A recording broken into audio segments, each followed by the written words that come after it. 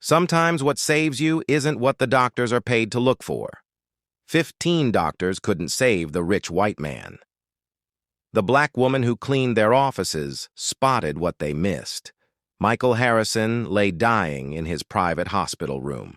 Machines beeped around him. Top doctors scratched their heads. Death was coming closer every day, even though the best medical minds in the city were trying to save him.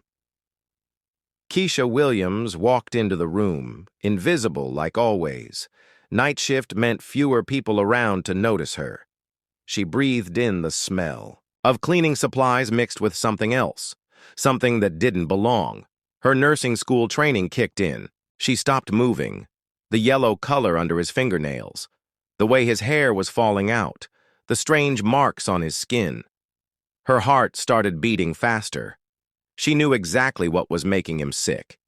But who would listen to a cleaning lady when 15 specialists couldn't figure it out? City General Hospital had a secret floor, the VIP wing where money bought privacy. Michael Harrison's room looked like a fancy hotel with medical equipment hidden behind wooden panels and soft lighting. The tech company owner had paid big money for the best diagnostic minds in America to solve his mystery illness. Keisha quietly wiped down the expensive furniture. At 35, she moved with purpose. Quick, careful movements learnt from years of need. Single mom, night shift worker, invisible to most people. But her eyes caught everything. She noticed symptoms and patterns that doctors walked right past. 10 feet away, Dr. Richard Sterling talked to his team of specialists, gray-haired, Yale-educated, with a voice that never needed to get loud to make people listen. "Gentlemen, we've tried everything we know. Mr. Harrison's symptoms don't match any normal illness. His liver is getting worse. His brain function is going downhill. We need to think outside the box." Keisha kept her head down but listened carefully. She'd learnt this skill in nursing school, taking notes while professors talked, before life got in the way. 12 years ago, Keisha had been the top student in her nursing program, a scholarship student heading for a career in medicine. Then her mom got sick, and her 3 little brothers needed someone to take care of them. She dropped out halfway, through, promising herself she'd go back. "She never did.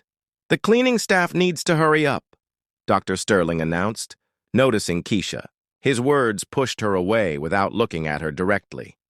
"We have important things to discuss." Keisha nodded, keeping her face blank, even though the familiar hurt stung.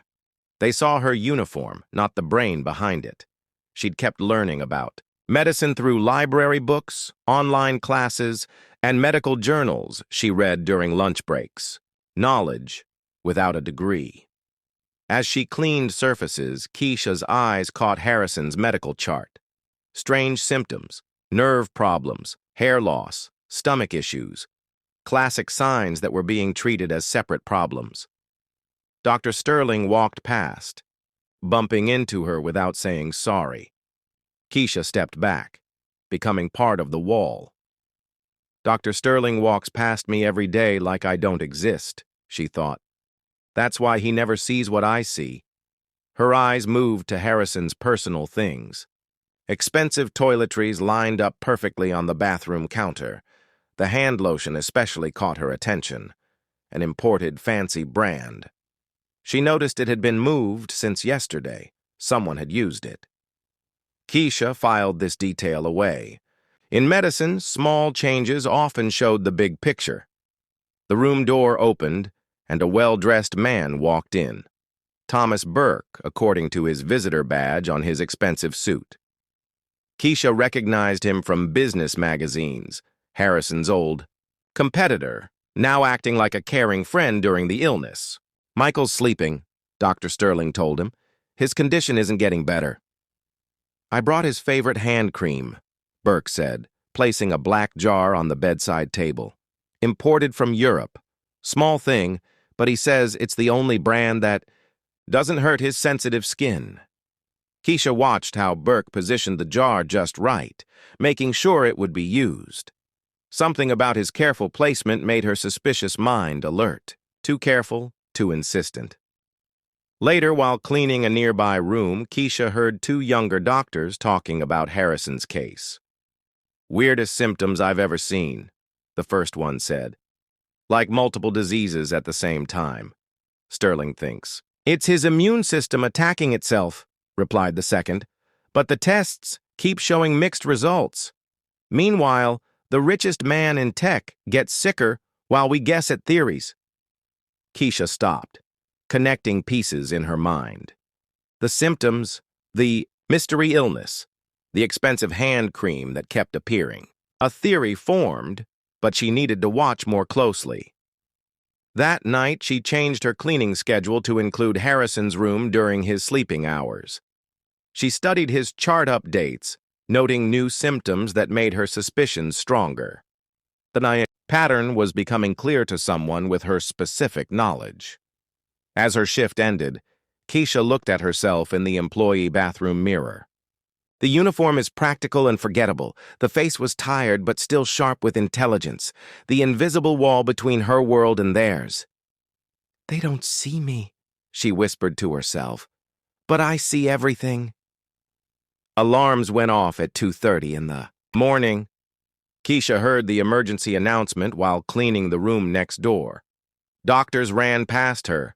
Michael Harrison had gotten much worse suddenly. She paused her work, heart racing. Through the partly open door, she watched the crisis unfold.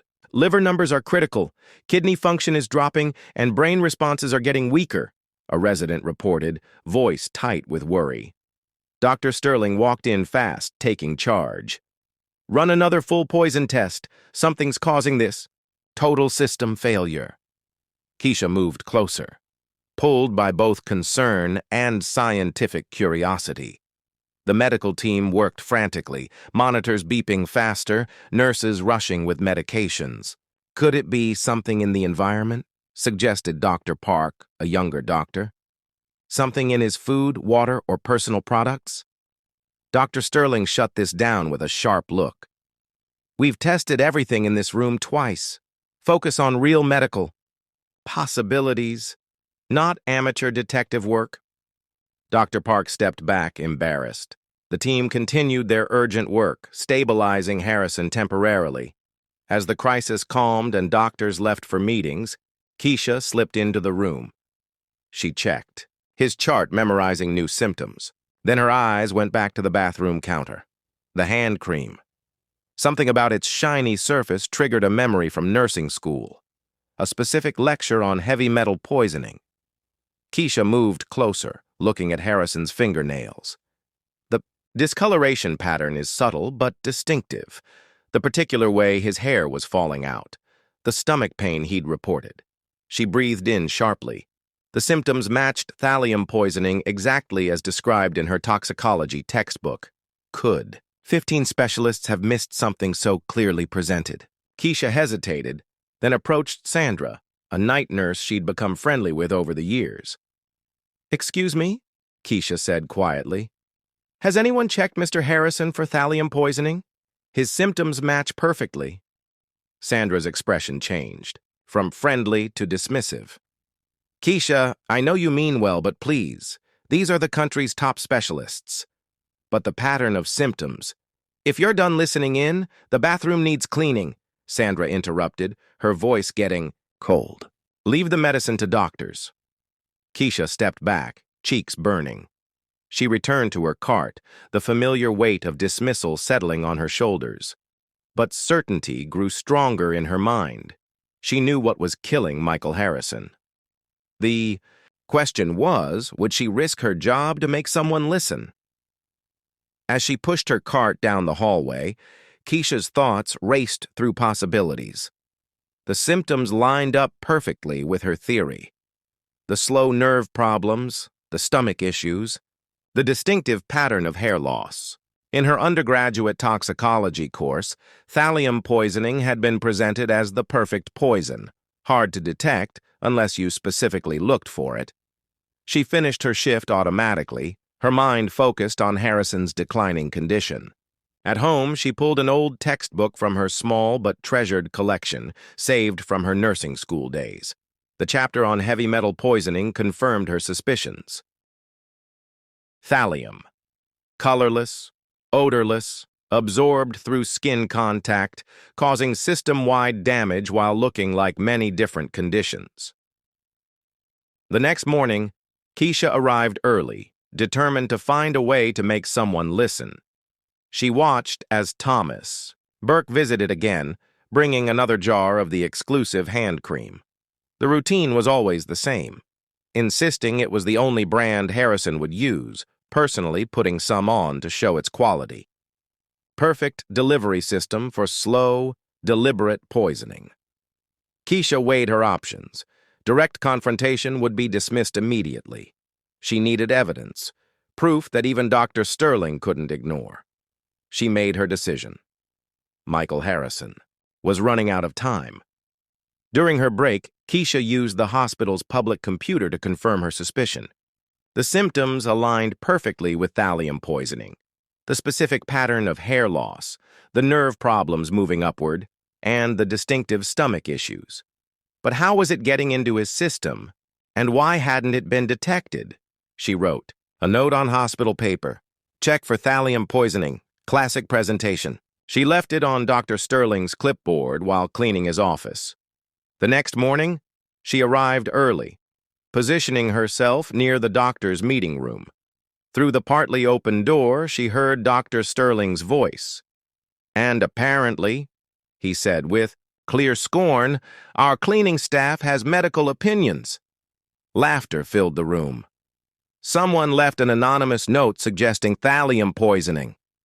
We tested for heavy metals in the initial workup, another doctor responded. Exactly. Standard procedure, Sterling dismissed. Cleaning staff playing doctor.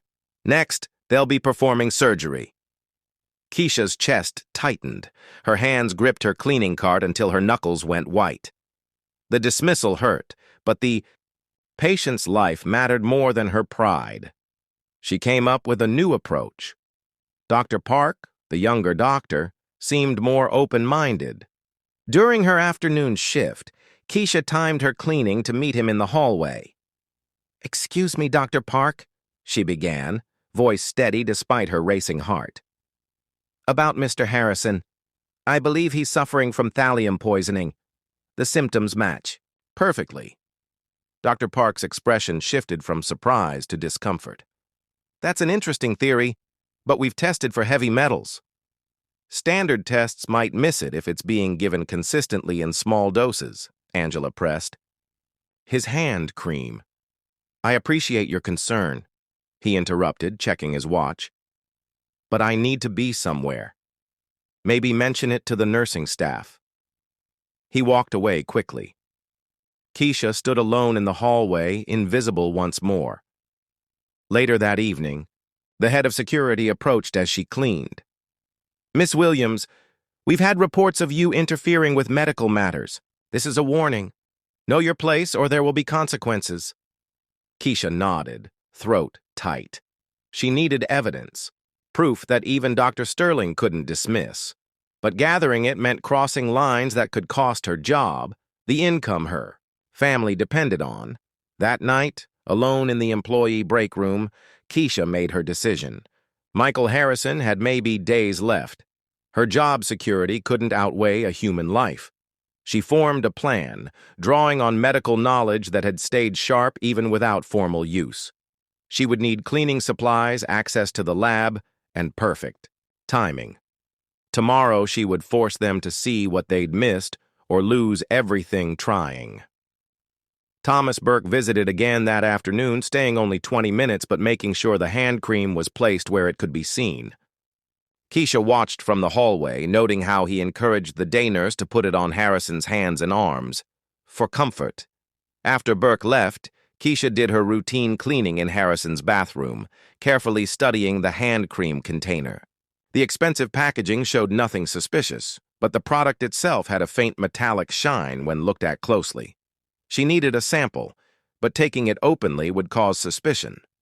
Instead, she waited until the nursing shift change when Harrison's room was empty for a few minutes. With practiced skill, Keisha transferred a small amount of cream into a clean specimen container she'd gotten from the supply room. The sample disappeared into her uniform pocket. That evening, Keisha picked up her children from her neighbor's apartment.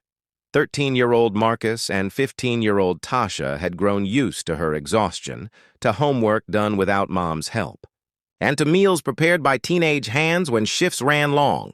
"Mom, are you okay?" Tasha asked, noticing Angela's distraction. "Just a difficult situation at work," Keisha replied, forcing a smile. "Nothing for you to worry about." After the children were asleep, Keisha spread her materials across the kitchen table. Her old toxicology textbook, printouts from medical websites, and notes on Harrison's symptoms. The pattern was undeniable to trained eyes. Why couldn't 15 specialists see it? Because they weren't looking for it. Because thallium poisoning was rare, almost old-fashioned, something from spy movies. Because they'd run standard tests that might miss gradual exposure. Because no one expected a rich man to be slowly poisoned by a trusted friend. And because no one listened to cleaning ladies. Keisha stared at her uniform hanging on the door, the physical symbol of her invisibility. Tomorrow, she would risk everything to break through that invisibility, to force them to see both the poison and the person who'd identified it. Keisha arrived early for her shift, carrying a small bag with her usual supplies. Inside were baking, soda, aluminum foil, and small containers borrowed from the cafeteria. Innocent items that, combined with standard cleaning solutions, could create a basic but effective test for thallium. Her chemistry knowledge from nursing school would have to be enough. Her first task was to collect evidence. During morning rounds, Keisha timed her cleaning to overhear Harrison's latest symptoms. The progression matched thallium poisoning perfectly. Worsening nerve problems now affecting speech, a distinctive hair loss pattern, and rapid decline despite supportive care. She carefully collected another tiny sample of the hand cream while cleaning Harrison's bathroom. The expensive product had a faint metallic shine when rubbed between fingers, subtle but noticeable to trained senses. In a maintenance closet, Keisha worked quickly, mixing solutions with practiced precision. The makeshift chemistry setup looked nothing like sophisticated hospital equipment, yet the principles remained sound. She'd performed similar tests in nursing school labs, earning top marks for accuracy with basic resources. The test confirmed her suspicion, positive for thallium. She photographed the results with her phone. Next, Keisha reviewed Harrison's visitor log, noting a pattern. Thomas Burke, business rival turned supportive friend, visited regularly, always bringing the same exclusive hand cream as a gift. The timing matched the escalation of symptoms. At 2 p.m., Keisha learnt of an emergency conference in Harrison's suite. All specialists would attend, as his condition had become critical. Perfect timing. She changed into her freshly cleaned uniform, straightened her badge, and gathered her evidence.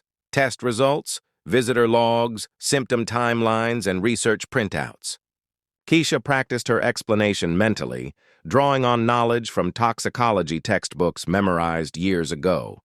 The doctors gathered in Harrison's suite, tension obvious in their postures. Dr. Sterling stood at the center, presenting the latest. Failed treatments. Keisha knocked once and entered without waiting for permission. 20 pairs of eyes turned toward her. Dr. Sterling's expression shifted from surprise to anger. "This is a closed medical conference. Please come back later." "Mr. Harrison is dying of thallium poisoning," Keisha stated clearly, her voice steadier than her heartbeat. "I can prove it." Dr. Sterling's face hardened. "Security! The symptoms match perfectly," Keisha continued, stepping forward and placing her evidence on the table. "Progressive nerve problems moving upward, distinctive hair loss, stomach pain, mental decline, classic presentation." She pointed to her test results. "I confirmed thallium presence in his hand cream, the imported brand he uses daily. Absorption through skin, slow poisoning over months." "This is ridiculous," Dr. Sterling snapped. You're a cleaning lady, not a physician. I was a nursing student at City College before personal circumstances forced me to leave, Keisha responded, maintaining eye contact. The poison is being introduced through the hand cream brought by Thomas Burke during his regular visits. The timeline matches symptom progression perfectly. She laid out her evidence methodically, pointing to the visitor logs and the symptom progression charts. Her explanation was precise and scientific, drawing on toxicology knowledge that had remained sharp despite years away from formal medicine. Standard heavy metal tests might miss it because the poisoning is gradual, keeping levels just below typical detection limits, she explained. But the cumulative effects are textbook. Complete silence fell over the room. Dr. Sterling opened, his mouth to object, then closed it, examining her evidence more closely. Dr. Park, the young doctor who'd been dismissed earlier, leaned forward. This actually makes perfect sense with the symptom progression. The tests we ran might indeed miss. Gradual exposure. Another specialist nodded slowly. The hair loss pattern and nerve problem presentation are consistent with thallium toxicity. The silence deepened as 20 specialists faced what they had missed and who had found it. Keisha stood firm as the doctors looked at each other, her heart pounding beneath her calm exterior. The maintenance closet chemistry had been a gamble, basic by laboratory standards, but based on sound principles. The reaction had confirmed thallium's distinctive pattern. "How exactly did you test for this?" asked Dr. Winters, the toxicology specialist. "Sodium reaction method," Keisha replied without hesitation. "Modified for field testing with limited resources. The color change is unmistakable when thallium ions are present." Dr. Winters raised an eyebrow, impressed despite himself. "That's an advanced technique rarely used outside specialized labs. It was covered in advanced toxicology methods in the second-year nursing program," Keisha responded. "Professor Martinez's course." Recognition flickered across several faces. Martinez was a City College legend. "You were his student?" Dr. Park asked. "For one semester," Keisha answered, the old regret briefly visible. "Before I had to drop out." Dr. Sterling examined her makeshift test results with grudging attention. His expertise couldn't deny the evidence before him, however unconventional its source. "The concentration pattern suggests deliberate, sustained exposure," Keisha continued, pointing to her timeline. "Each application delivers a small dose that builds up in tissues. The symptoms escalate in perfect correlation with Burke's visits." The specialists began asking technical questions, which Keisha answered with precise, scientific terminology. With each response, her invisibility faded. They were seeing her now, not her uniform, but her mind. Dr. Park pulled up Harrison's latest labs on a tablet. "If we specifically test for thallium rather than running a standard panel, you'll find elevated levels," Keisha finished, "particularly in hair samples from the past 3 months, which will show the poisoning timeline." The room's energy had transformed. The dismissive barrier had cracked. Knowledge had proven more powerful than hierarchy. "Run a focused thallium test immediately," Dr. Park ordered, breaking the stunned silence. 2 specialists rushed to comply, taking samples of the hand cream and preparing blood draws. Dr. Sterling remained frozen, staring at Keisha's methodical evidence. His expression cycled through disbelief, realization, and reluctant acknowledgement. "If you're correct," he finally said, voice strained. "We've been making him worse with our treatments for other conditions. The chelation therapy for suspected mercury would be ineffective for thallium," Keisha confirmed. "He needs Prussian blue immediately to bind the poison." The specialists exchanged glances, medical minds recalibrating. A nurse returned breathless. Minutes later, "Rush toxicology confirms thallium at significant levels," she announced. The room erupted in controlled chaos. Orders flew, treatment protocol shifted. Security was contacted regarding Thomas Burke. "The security footage," Keisha suggested. "Check when Burke delivered the hand cream. He likely applied some himself to establish trust in the product. Dr. Park nodded. Already requested. The hospital security officer entered. We've reviewed footage. Burke manipulated the cream when alone in the room. We've contacted the FBI. Prussian blue treatment was administered. Additional blood work confirmed. Keisha's diagnosis completely. The room's energy transformed from desperate resignation to focused hope. 3 hours later, Michael Harrison's vital signs stabilized for the first time in weeks. Keisha stood quietly by the wall, her presence momentarily forgotten in the medical activity. Dr. Sterling approached her, his tall frame seeming less imposing now. Your intervention was... He paused, visibly struggling. Correct. Completely correct. Keisha nodded, maintaining professional composure despite the validation flooding through. How did you see what 20 specialists missed? He asked, genuine confusion in his voice. I'm invisible, Keisha replied simply. I observe without being observed. I see patterns without preconceptions. And I never forgot my training, even when life took me away from it. Dr. Sterling nodded slowly. I owe you an apology. We all do. Before he could continue, monitors indicated Harrison was regaining consciousness. The room hushed as the businessman's eyes opened for the first time in days. What? Harrison whispered hoarsely. Happened? Dr. Sterling stood at his bedside. A critical moment of choice played across his face. Claim credit or acknowledge truth. He straightened his shoulders. You were being poisoned with thallium, Mr. Harrison. We missed it. All of us. He turned toward Keisha. This is Keisha Williams. She solved what 20 specialists couldn't. Complete silence filled the room.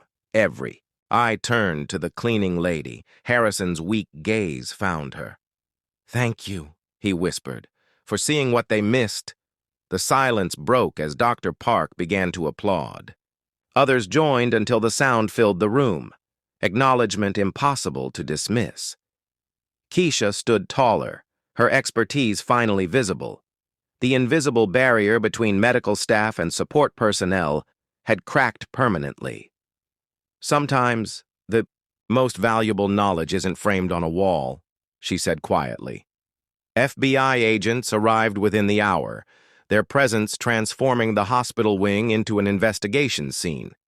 Keisha sat in a small conference room recounting her observations and conclusions to federal agents who treated her words with professional respect. You identified the poison, the delivery method, and the suspect through observation alone, Agent Martinez clarified, impressed. I combined observation with chemical testing and my background knowledge, Keisha explained. The pattern was clear once I knew what to look for. You potentially saved a life and caught a would-be murderer, the agent noted. Thomas Burke is in custody. Initial questioning suggests corporate espionage, a gradual poisoning to force Harrison to step down before a major merger. When the interview concluded, Keisha stepped into the hallway to find the hospital dynamics subtly transformed. Nurses who had previously looked through her now nodded in acknowledgement. Doctors who had never made eye contact now did. Later, Dr. Sterling intercepted her as she prepared to resume her duties. His demeanor had changed, the assured confidence replaced by uncomfortable self-awareness. Miss Williams, he began stiffly, I want to apologize for dismissing your concerns. His apology was minimal and awkward, the words of someone unaccustomed to admitting error. Keisha nodded. Thank you, Dr. Sterling. Your knowledge saved his life when our expertise failed, he acknowledged, struggling visibly with his pride. We all have different perspectives, Keisha replied. Sometimes the answer is visible only from certain angles. He nodded curtly and walked away. Status diminished, but professional identity intact. 1 month later, Keisha received a message that seemed unreal. Michael Harrison requested her presence in his downtown office. She arranged time off, dressed in her best non-uniform clothes, and entered the gleaming tower that housed Harrison Industries. Unlike at the hospital, Where she'd navigated corridors invisibly, here she was, escorted with respect. The executive floor revealed a recovered Harrison, thinner, slightly paler, but very much alive. "Miss Williams," he greeted her, rising from behind his desk. "Please sit. I've wanted to thank you properly since I regained full consciousness." Keisha sat, acutely aware of the role reversal. The man whose room she had cleaned now offered her a chair in his personal domain. "I'm glad you're recovering well," she responded simply. Recovering understates it. "I'm alive because you saw what others missed." Harrison studied her. "Dr. Sterling explained your background. Nursing student, education interrupted by family tragedy." Keisha nodded, surprised at how thoroughly her story had been investigated. "Intelligence shouldn't be wasted," Harrison continued. "I've established a foundation to support brilliant minds facing financial barriers. You're the inspiration and first recipient." He slid a folder across the desk. Inside, documentation for a full scholarship to complete her nursing degree, living stipend included, along with guaranteed placement in City General's toxicology department upon graduation. "This isn't charity," Harrison clarified, noting her expression. "It's an investment in exceptional talent. The hospital has already approved your position, part-time during studies, full-time after graduation. They're rather eager to have your expertise officially." That evening, Keisha sat with her children, explaining how their lives would change. Their eyes widened with pride as she recounted the full story she'd previously minimized. "You saved a life, Mom," Marcus said, amazed. "I use knowledge I never stopped building," she corrected gently. "And now we have a new chapter ahead." 2 years later, Keisha stood in her graduation gown, her children beaming from the audience. At 37, she was older than typical graduates, her path unconventional, her journey marked by detours others hadn't faced. Yet as she received her nursing degree, completing the circle begun years earlier, Keisha felt no regret for the winding path. Each experience, even the years of invisibility, of dismissal, of cleaning floors while carrying unused knowledge, had shaped her unique perspective. In her new office at City General, once merely a building she cleaned, now her professional home. Keisha kept a small framed photo of herself in her former uniform, not as a reminder of past dismissal, but as acknowledgement of the unique strength gained through that experience. Her phone rang. A consulting request from another hospital facing a mysterious poisoning case. Keisha picked up, ready to apply both her formal training and her hard-won perspective. "This is Nurse Williams," she answered. "How can I help you?" Title felt right, earned through unconventional pathways, but no less valid for the journey taken. And as she listened to the case details, Keisha recognized patterns and possibilities others might miss, her mind connecting dots that remained invisible to those who had never learnt to see from the shadows. If this story of hidden brilliance and justice moved you, there's more where it came from. Beat Stories brings you powerful narratives where underdogs rise through sheer talent and determination. Every week we deliver compelling tales of status reversals, moral victories, and the triumph of overlooked genius, just like Keisha's. Journey from invisible cleaning lady to respected medical professional. Hit that subscribe button to never miss our weekly uploads of carefully crafted stories that capture those perfect moments when someone underestimated finally gets their due recognition.